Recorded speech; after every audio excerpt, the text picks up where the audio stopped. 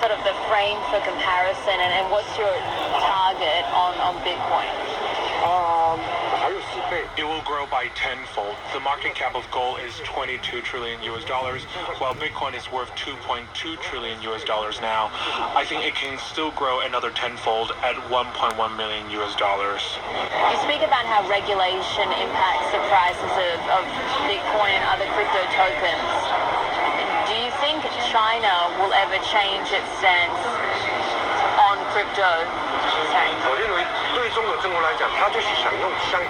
I think for the Chinese government, they want to use Hong Kong as a testing ground.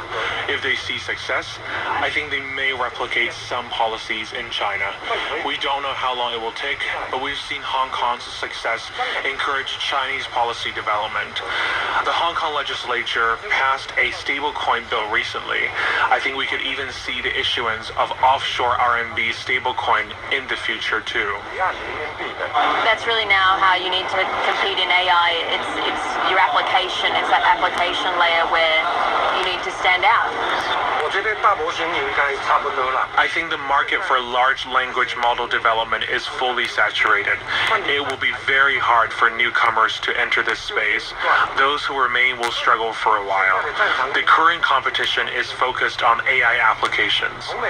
In the next 3 to 5 years, we will see countless AI applications come to the market, and LLMs will also improve because of it. You've just made a really major investment into the Hong Kong ecosystem for Web3 with a real estate purchase, but what exactly are you planning to do with that?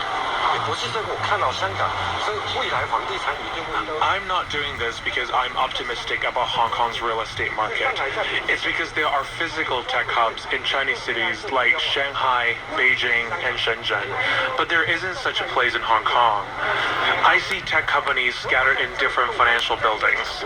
I will establish an AI Web3 concentrated building for entrepreneurs and create a base for them. How many startups are you planning to be able to incubate, and also what's the timeline for this? There will be 30 to 40 teams coming into my tech hub in the first batch, which will bring 200 to 300 projects in a year.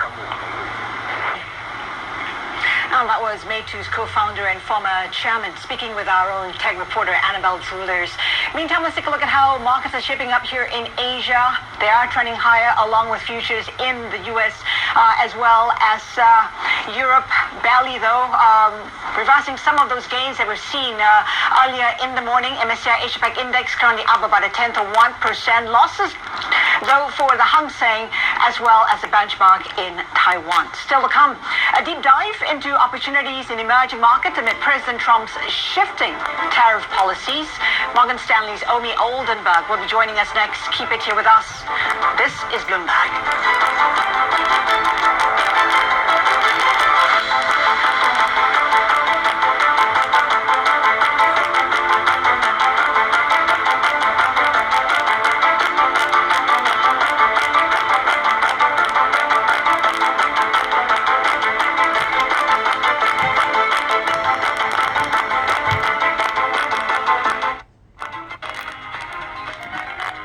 So this is Bloomberg 1130 from New York.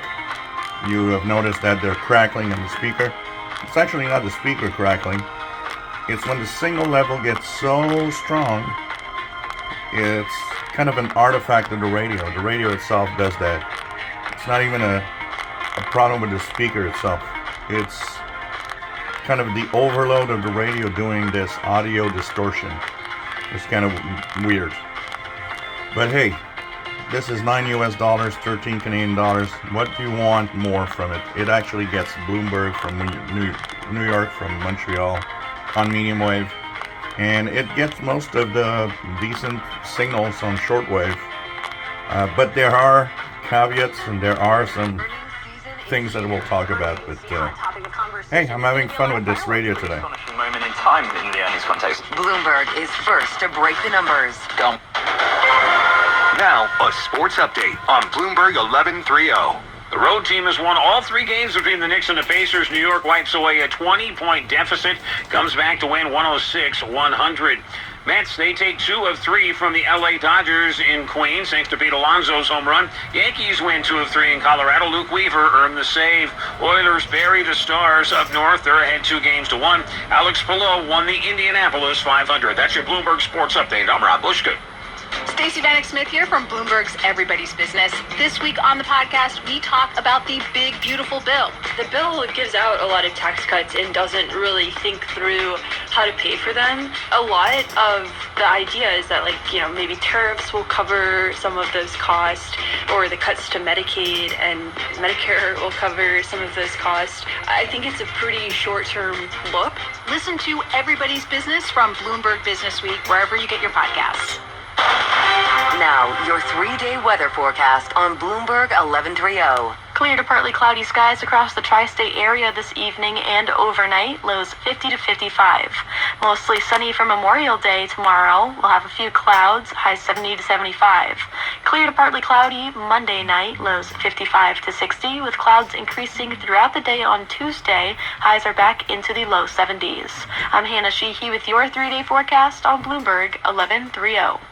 Bloomberg Radio brings you influential voices on the stories that matter. U.S. Treasury Secretary Scott Bessent. I'm not worried about the U.S. debt dynamics. Tesla CEO Elon Musk. Yes, we've lost some sales perhaps on the left, but we've gained them on the right. J.P. Morgan CEO Jamie Dimon. I think it's a mistake to think we can go through all the things we're going through and the volatility itself will come down. The names that matter on the news you need. Listen on Bloomberg 1130 or anytime on the Bloomberg Talks podcast. It's going to be a lot of fireworks. Astonishing moment in time in the earnings contest. Bloomberg is first to break the numbers. Goldman Sachs, JP Morgan, Morgan Stanley. Booking, Airbnb. Meta, Microsoft, Qualcomm. There's a lot to talk about here with the smartest insights. We're not seeing dramatic weakness. It has been an incredible period of time from a trading perspective. We feel really good about the market share trajectory. Continuing coverage on Bloomberg. Context changes everything.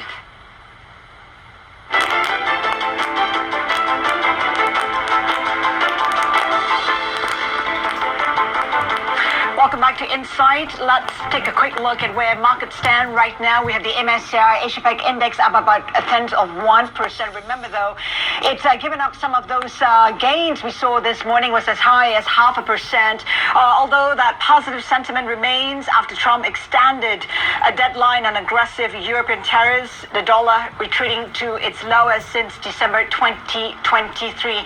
The US dollar, though, currently has changed direction in negative territory, currently down 0.3%.